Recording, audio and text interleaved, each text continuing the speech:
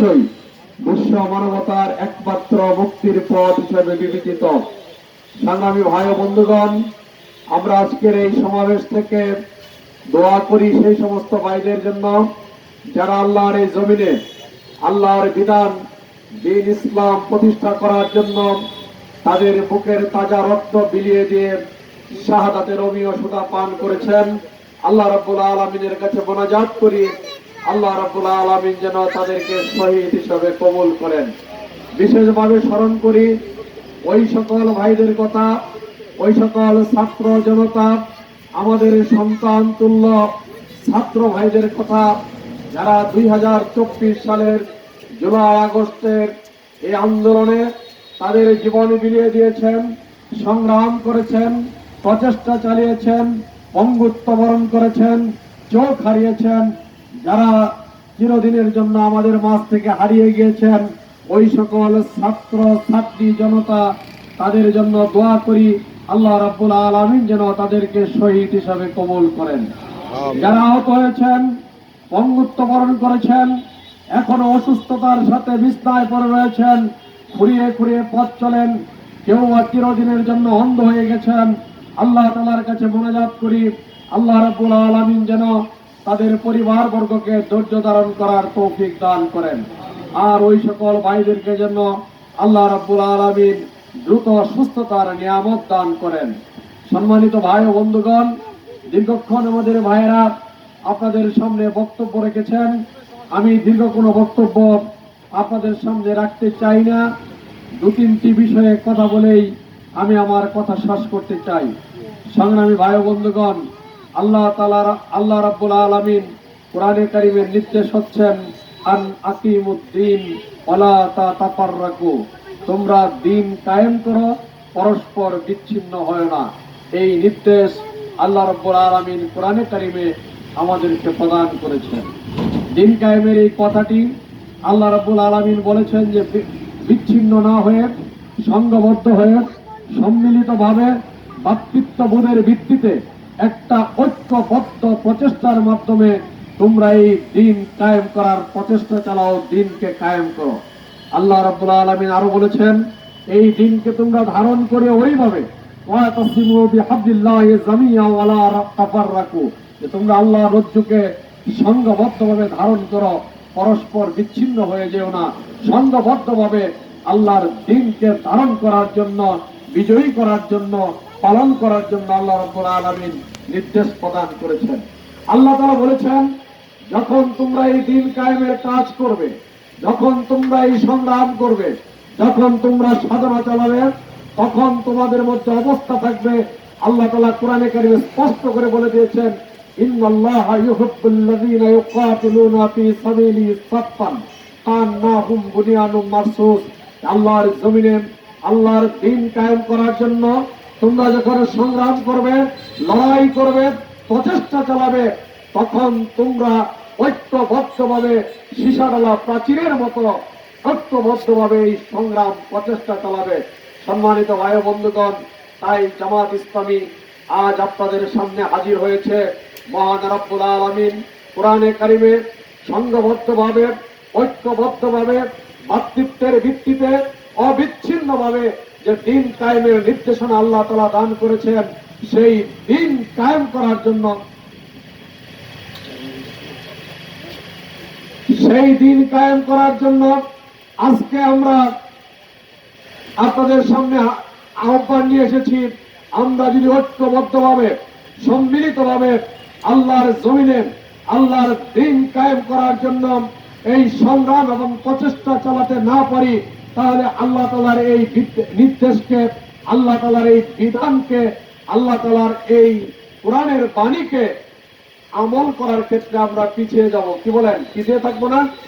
সম্মানিত ভাই ও বন্ধুগণ, এটি যেহেতু কোরআনের নির্দেশ, এটি যেহেতু আল্লাহর বিধান, এটি যেহেতু আল্লাহর নির্দেশ, কাজে এই শরীয়তের পরিভাষায় দিন কায়েমের দায়িত্ব পালন করা, দিনের কাজ করা, এটা আমাদের সকলের উপর ফরজ। কি বলেন, আমাদের সবার উপর ফরজ না? সম্মানিত ভাই ও বন্ধুগণ, যদি আমরা এই দিন কায়েম করি, আল্লাহর বিধান প্রতিষ্ঠা করি, তাহলে আমাদের লাভ কি হবে, আমরা কি পাবো, এই বিষয়টি আমাদের একটু খতিয়ে দেখা দরকার। আল্লাহ রাব্বুল আলামিন বলেছেন, যদি তোমরা এই দিন কায়েম করো, দিন কায়েমের জন্য সংগ্রাম করো, আল্লাহ তাআলার পক্ষ থেকে তোমাদের জন্য মহা মূল্যবান পুরস্কারের ঘোষণা আছে। আল্লাহ তাআলা কোরআনে কারিমে স্পষ্ট করে বলে দিয়েছেন, ইয়া আইয়ুহাল্লাযীনা আমানু আল আদুল্লুকুম আলা তিজারাতিন তুনজিকুম মিন আযাবিন আলীম তুমিনুনা বিল্লাহি ওয়া রাসূলিহি ওয়া তুজাহিদুনা ফি সাবিলিল্লাহ বিআমওয়ালিকুম ওয়া আনফুসিকুম যালিকুম খায়রুল লাকুম ইন কুনতুম তা'লামুন। আল্লাহ তাআলা তার কোরআনে ঘোষণা করেন, রব্বুল আলামিন এখানে বলেছেন, হে ইমানদার লোকেরা, আমি কি তোমাদেরকে এমন একটা তিজারাত, এমন একটা ব্যবসার কথা বলবো, যে ব্যবসা, যে তিজারাত, যে কার্যক্রম তোমাকে কঠিন আযাব থেকে মুক্তি দিবে। তোমরা আল্লাহ এবং তার রাসূলের প্রতি ঈমান আনো এবং আল্লাহ এবং আল্লাহর পথে তোমাদের মাল এবং তোমাদের সম্পদ দ্বারা তোমরা জিহাদ করো, সংগ্রাম করো, সাধনা করো। যালিকুম খায়রুল লাকুম ইন কুনতুম তা'লামুন। এটাই হচ্ছে তোমাদের জন্য উত্তম পথ, যদি তোমরা উপলব্ধি করতে পারো। তাহলে কোরআনের এই বক্তব্যের মাধ্যমে আমাদের কাছে স্পষ্ট হয়, আল্লাহর জমিনে আল্লাহর দ্বীন কায়েমের জন্য ঈমান আনার পরে আমাদের মাল এবং আমাদের জান দ্বারা এই ঐক্যবদ্ধ প্রচেষ্টা চালানোকে আল্লাহ রাব্বুল আলামিন ঘোষণা করেছেন। এটাই হচ্ছে উত্তম কাজ, এটাই হচ্ছে উত্তম পথ।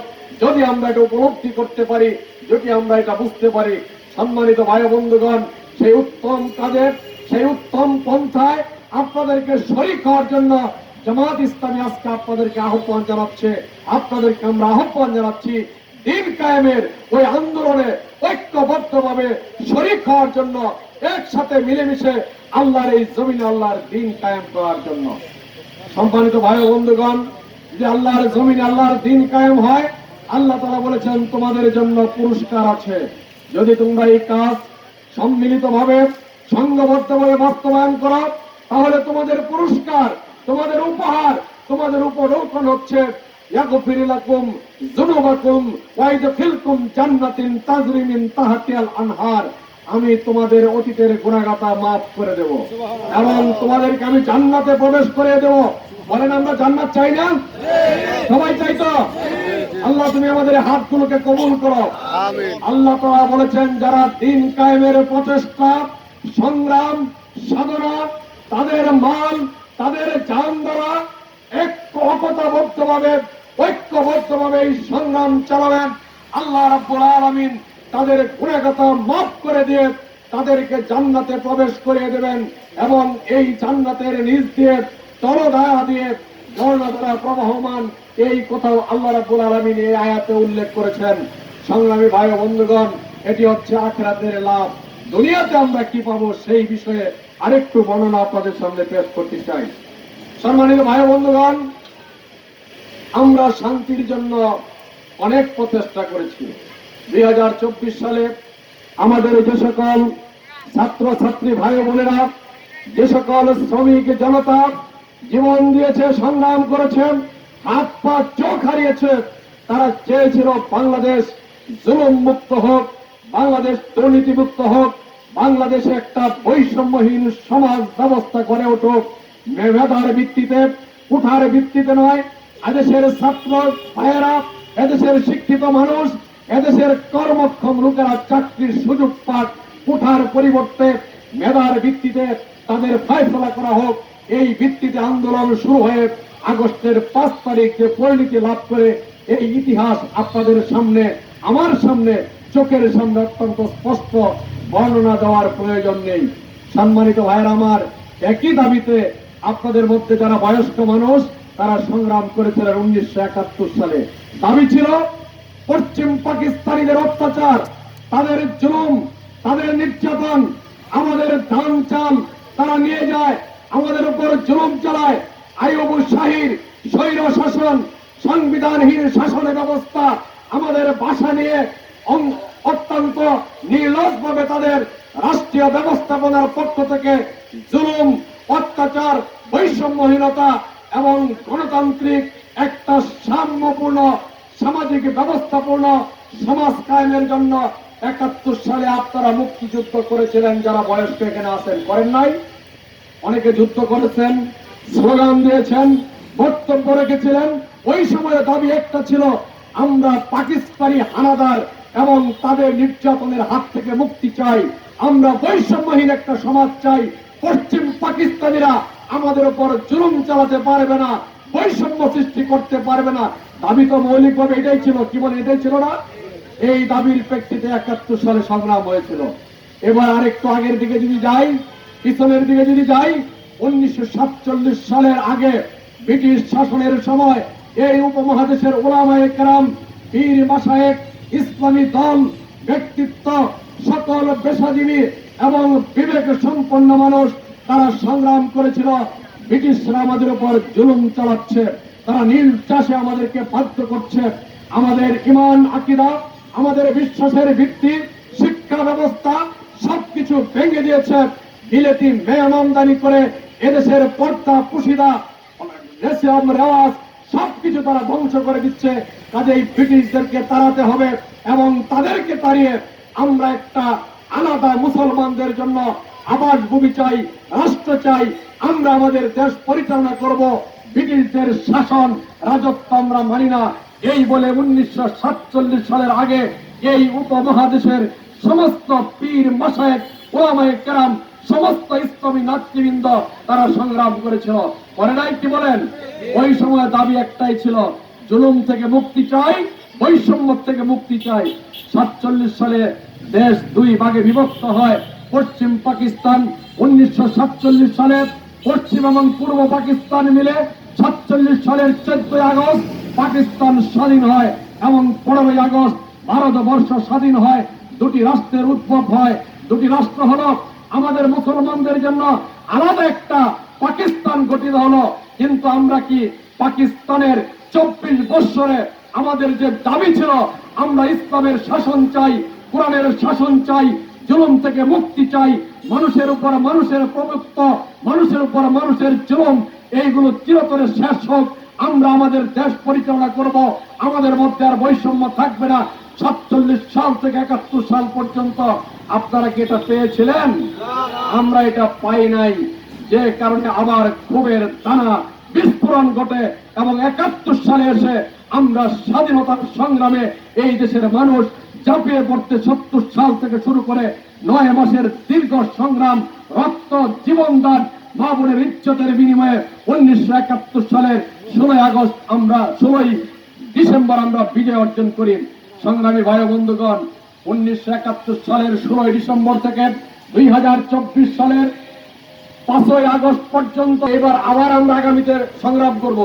যে 2024 সালে প্রায় 2000 অধিক লোক মারা গেছে, আবার 2-3 বছর, 5 বছর, 7 বছর পরে 5000, 6000 মানুষ জীবন দিবে।